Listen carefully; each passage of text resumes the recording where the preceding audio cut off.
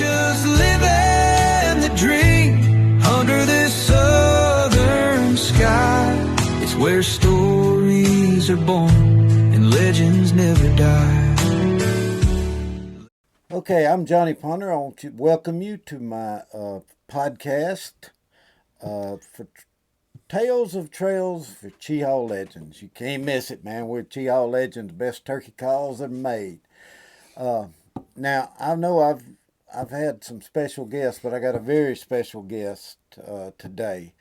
I've got the legendary great NASCAR driver Dave Marcis, which actually won the Talladega race in 1976, I think it was. The fall race. Yeah. Yes, sir. He's here with me today, and him and I have been kind of hunting buddies for 20 plus years now and everything. And he still associates with me, which is a miracle within itself. But anyway, Dave, welcome to Munford, Alabama. Well, thank you, Johnny. It's a pleasure to be here. Yeah, always good to see you, and it's good to see Helen. I'm glad she's here, and she's doing a lot better today. Yes, she certainly is. Well, that's good. Now, we got a big week here in Talladega, and I know you're going to be part of it Sunday morning with our... now, this podcast will be after the race, so y'all bear in mind that. But he'll be with us Sunday. We're hoping to also have Donnie Allison with us. I think today we're going to be interviewing Ross Chastain and some other Cup drivers. I know Ross is one of them. He may have already been interviewed. But the biggest thing I like about it is when I got two people like Dave Marcis and Donnie Allison there to not only add to the commentary, but to ask the questions, because we don't know anything but stupid questions to ask. They know the real ones to ask. Isn't that right, Dave? Well, it just depends upon who you're talking to. Yeah, I guess so. But I know you had a good time last time talking with Ross Chastain. You know, he came over and he sure spent did. a long time with you. I like Ross. He's to me he's a hard NASCAR race car driver. I mean, he don't give up. He keeps challenging and he puts some effort into it. That's right. Who would you say that's racing out there now today that is more like y'all were back, say, in the 70s and 80s? Well, Ross would be one, I guess. Yeah. And it's Kyle Busch, of course, has got a great reputation, but these newer NASCAR cars, Kyle, for some reason, seems to be having problems adjusting to those cars, and it kind of surprises me when I see a guy like him or Kyle Larson, which is very good, experienced drivers, have problems spinning out with these newer cars. I can't quite figure that whole situation out myself, really. Have you had a chance to drive one of those next gen cars? No, I have never. It would be nice to get a feel of that car. Something's different for sure. I mean, you can certainly see that. And the racing to me, it's not. It's more like an IROC type series car, and everything seems to be too equal. Yeah, I know what you mean. It doesn't make for the best show when everybody's equal. Yeah.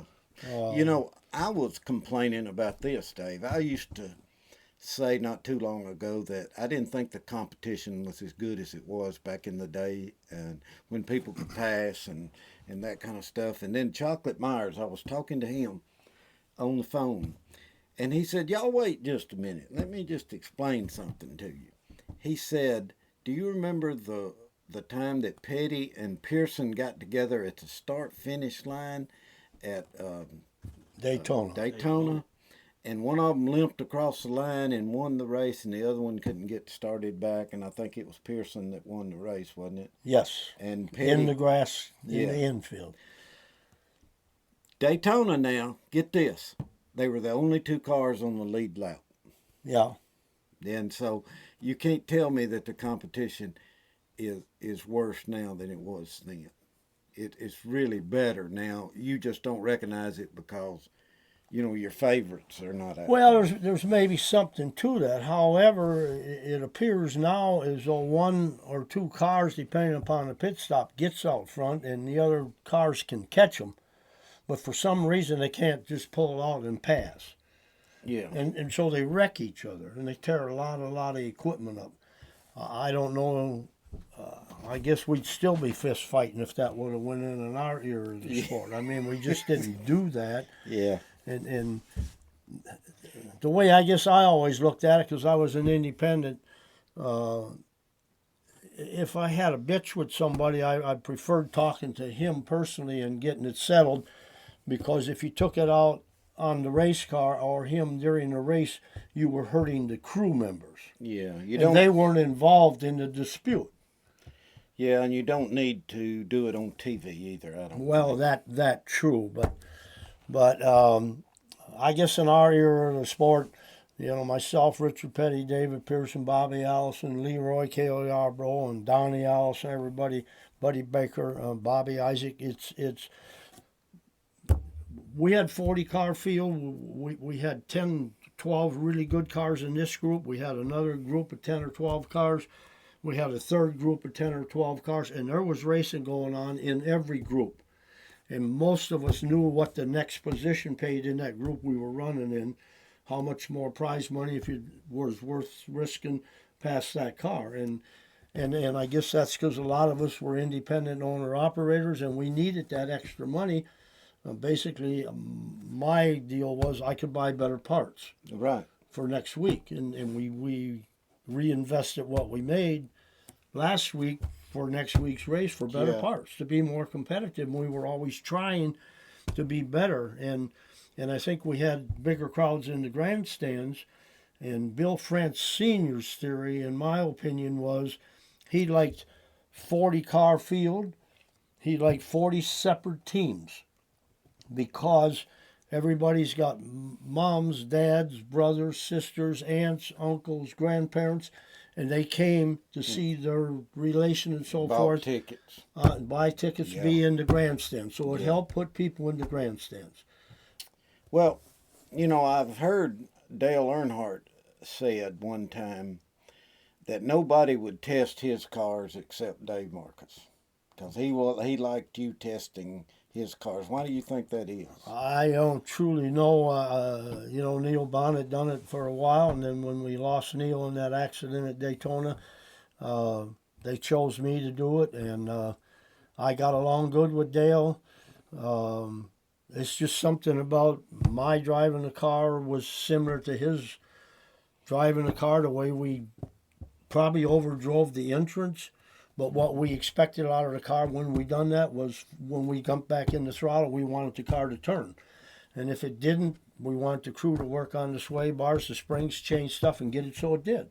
Work on the caster camber and so forth and so on. And nowadays, they're not doing that. They're not working on the cars like that. Yeah. So it's difficult for me to figure out how the drivers can all be comfortable when they haven't any input into what they want to change on the car.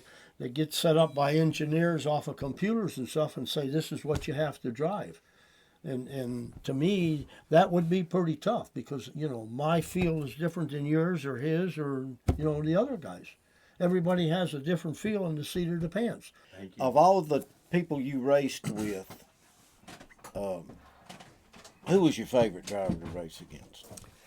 I mean, I got along pretty well with everybody, but I guess, I'm good friends with Dale and Richard and just everybody. But David Pearson, he would never run you high. He would never hit you intentionally. He would race hard with you, and he was always respectable of you, no matter who you were. And his wins on super speedways, I think speaks for that. He was a good person to race with side by side. I mean, you didn't have to worry about him hitting you intentionally if he got against you or rubbed you. It was pretty much just a racing accident. I've always looked at him like I did Dale Earnhardt, in that if he wrecked you, you can bet it wasn't intentional. Right. Yeah. It's you could feel comfortable with David behind you, underneath you, whatever. He Yeah. was, and he was a good race car driver. His record proves it. All right, let me tell you a little story that happened to us when Dave and I were turkey hunting one time. We were sneaking up this ditch, and it had water running in it, and we were sneaking up there, and Dave was in front of me, and there was these turkeys out in this field out there, and we were sneaking up on them, and we were muddy, I mean wet and muddy, climbing up through there, and Dave stopped crawling and turned around and whispered to me, said, "If Dale Earnhardt was here, he'd be sneaking right along with us in this ditch." Yeah. He'd get He just would. as muddy as we were. You remember that, don't Oh you? yeah, he loved to hunt, and he was aggressive, turkey hunting just like he was race car I driving. bet. I mean, I recall one time he said, I got a turkey. I don't know if it was a Monday afternoon or what, but we had to go to Talladega that week, and we were down by Bill Jordan's hunting on some property that Bill had leased, and Dale didn't get a turkey that first day, and he told us all he had to because he got to leave tomorrow morning, Yeah. and they had the helicopter there, and he's got an appointment. I got to go here, I got to go there. Well, Bill said to me that evening he's not going to leave in the morning because he is not going to go to that racetrack and let you tell people that you got a turkey and he didn't. and he said to us, That's cool. I was with Chuck hunting with Chuck Sykes, and Dale said, "You guys have got to roost the turkey tonight at 6:30 or 7 when they go up in the tree to roost, so that I'm going to stay now in the morning." You get a turkey, but I got to get that thing right away because I've got to leave here at 9 o'clock. And so we did roost the turkey. And so Chuck said Dale will be happy. So Bill gets a film crew, people lined up. We go in the woods like the next morning, 4:30, 5 o'clock, get set up. Bill gets his camera people, this and that. That turkey's gobbling, and they're calling it. Bill is, Chuck is, and that turkey ain't coming. And Dale is getting impatient. Pretty soon, here goes Dale, crawling around, starts crawling down the road, and Bill's going, "Dale, Dale, Dale." And he just keeps on crawling, and there's a little curve in the road, and he goes around that curve, and Bill says, "There we go. I got all these people," and he's crawling down the road. Next thing, boom! Here he says, "Oh, damn it," he says. And here comes Dale walking back. Got that turkey over his shoulder, grin from ear to ear. He throws the turkey on the ground. He said, "Here, I got to get going. We got to get out of here." Is that when they called him and told him to hold the cars off the track till he got No, there? that was a different time. Oh, okay. That All right. All right. Well, that's great. That's great stories for you to tell. You also hunted and fished with a lot of the others too, didn't you? Oh yeah. I fished with Buddy Baker and Waddell Wilson fished a lot. Yeah, Bobby I remember Allison. Waddell. Bobby Allison and I one year.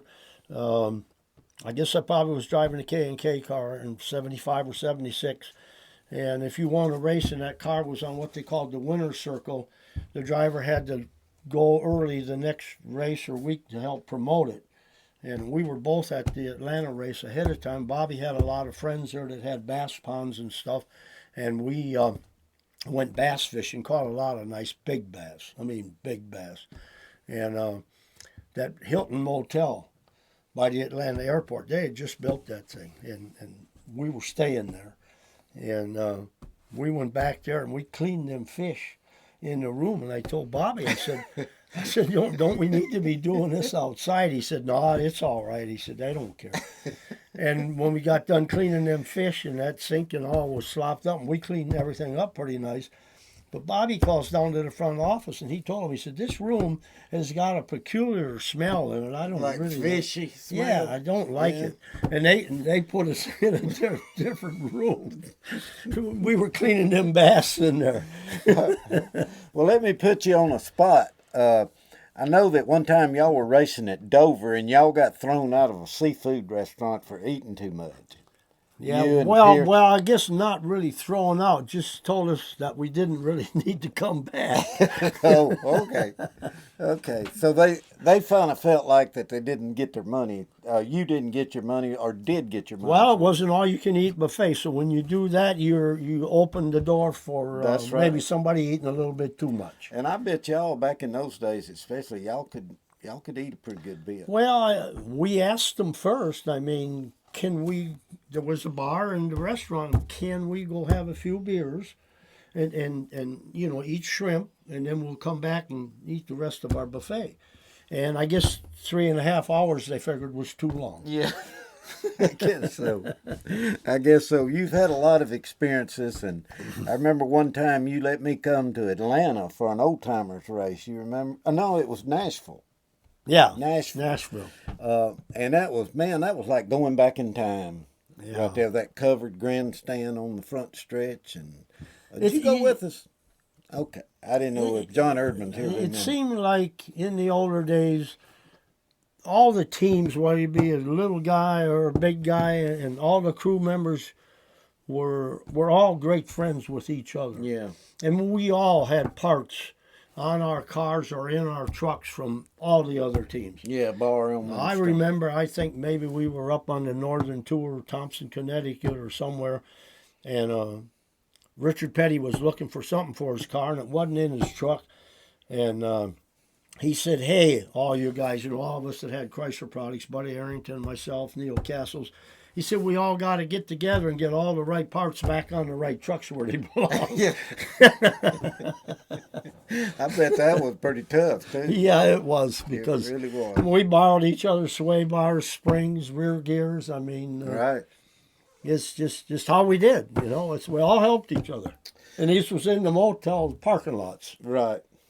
Well, rather than us spending a lot of time on actual racing and everything, for one reason that I don't know enough about it to ask sensible questions, but I want you to expand on maybe some other stories you would like to tell that happened to you. Now, maybe not include David Pearson and some of them. They may get a little bit rough, but if you got any kind of stories you would like to tell. What about the one you told at our safety meeting?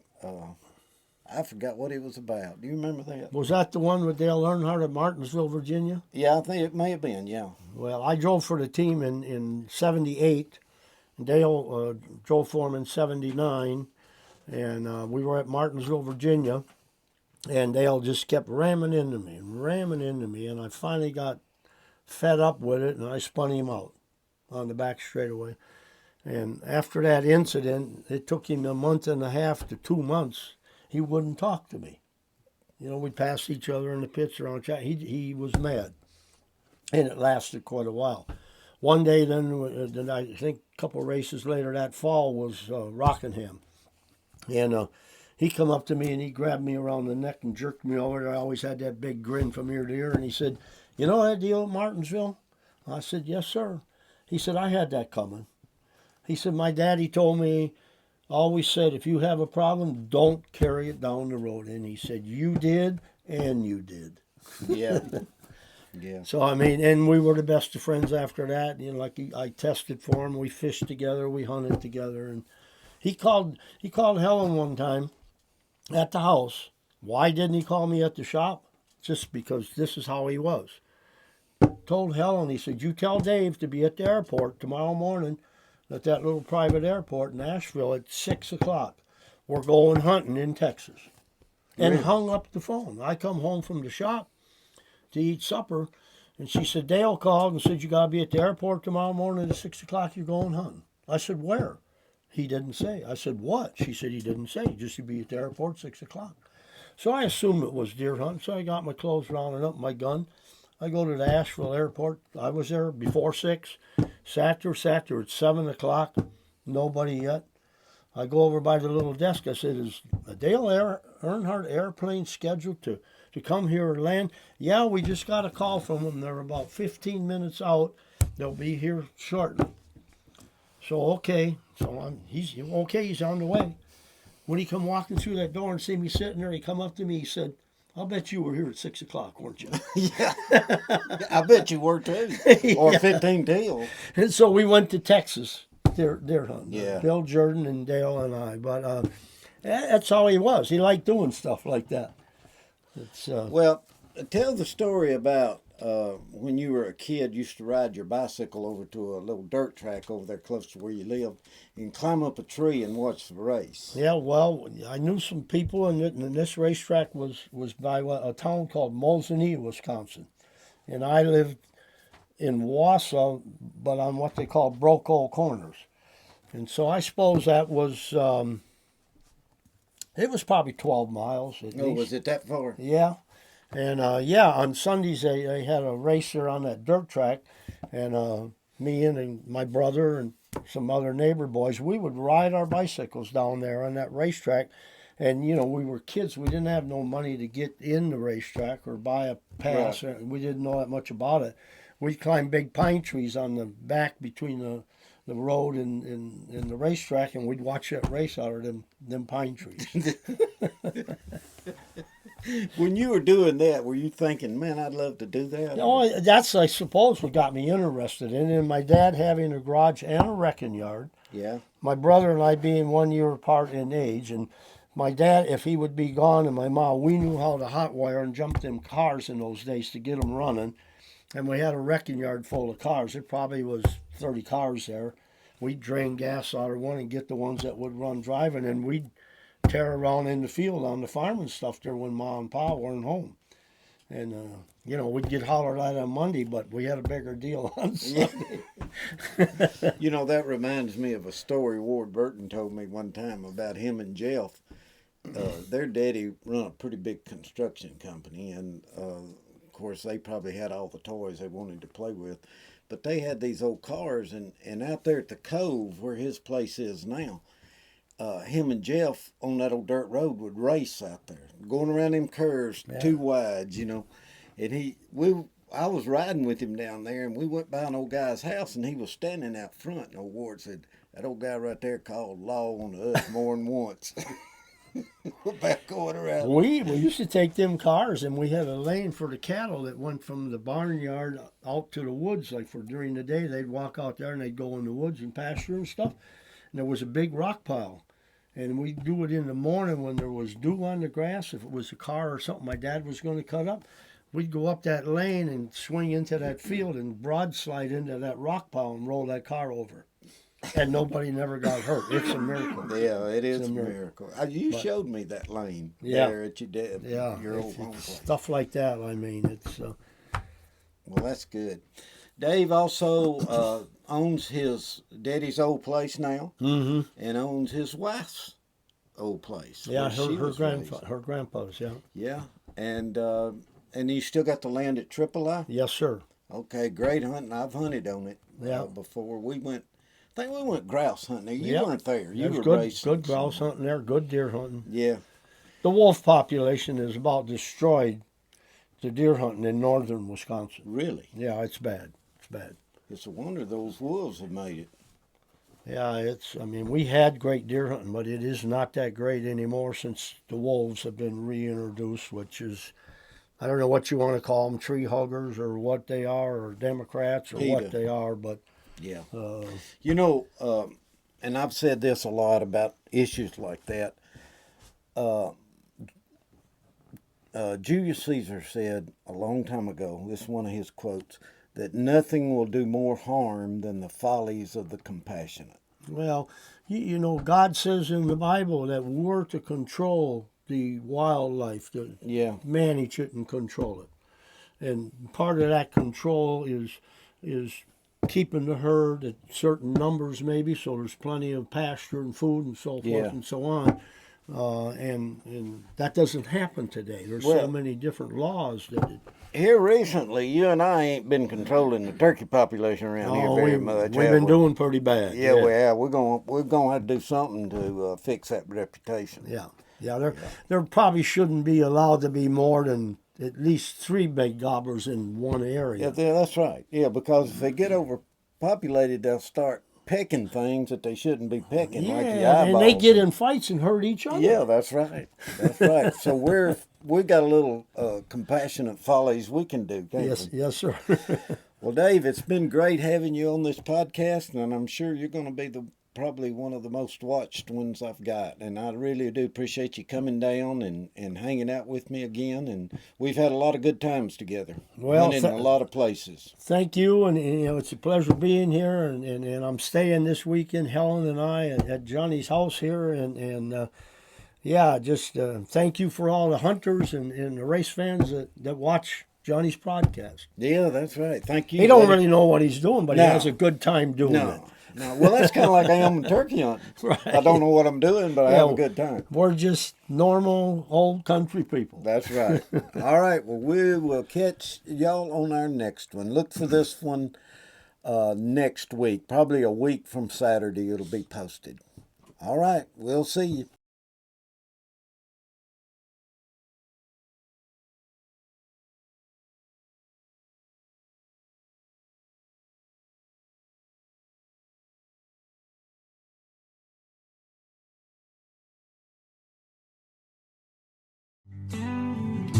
To Munford our home, and all its glory on display, and to the Cheehaw legends that'll never fade away.